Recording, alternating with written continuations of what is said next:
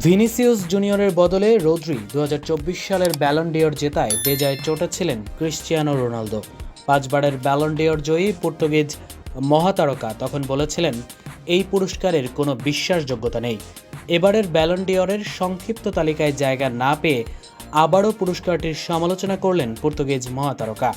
সম্প্রতি ব্যালন ডিওরের 30 জনের সংক্ষিপ্ত তালিকা প্রকাশিত হয়েছে, যাতে টানা দ্বিতীয়বারের মতো জায়গা হয়নি রোনালদোর। পাশাপাশি এবারের তালিকায় নেই তার দীর্ঘদিনের প্রতিদ্বন্দ্বী ও 8 বারের বিজয়ী লিওনেল মেসির নাম।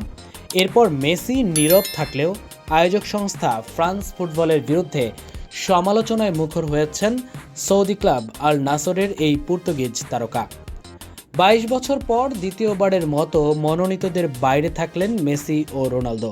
আগামী 22 সেপ্টেম্বর প্যারিসে অনুষ্ঠিত হবে ব্যালন ডিওর প্রদান অনুষ্ঠান। গতকাল এক প্রীতি ম্যাচে পর্তুগালের ক্লাব রিও আবেকের বিপক্ষে আল নাসরের 4-0 গোলের জয়ে হ্যাটট্রিক করেন রোনালদো। ম্যাচ শেষে স্পোর্ট টিভি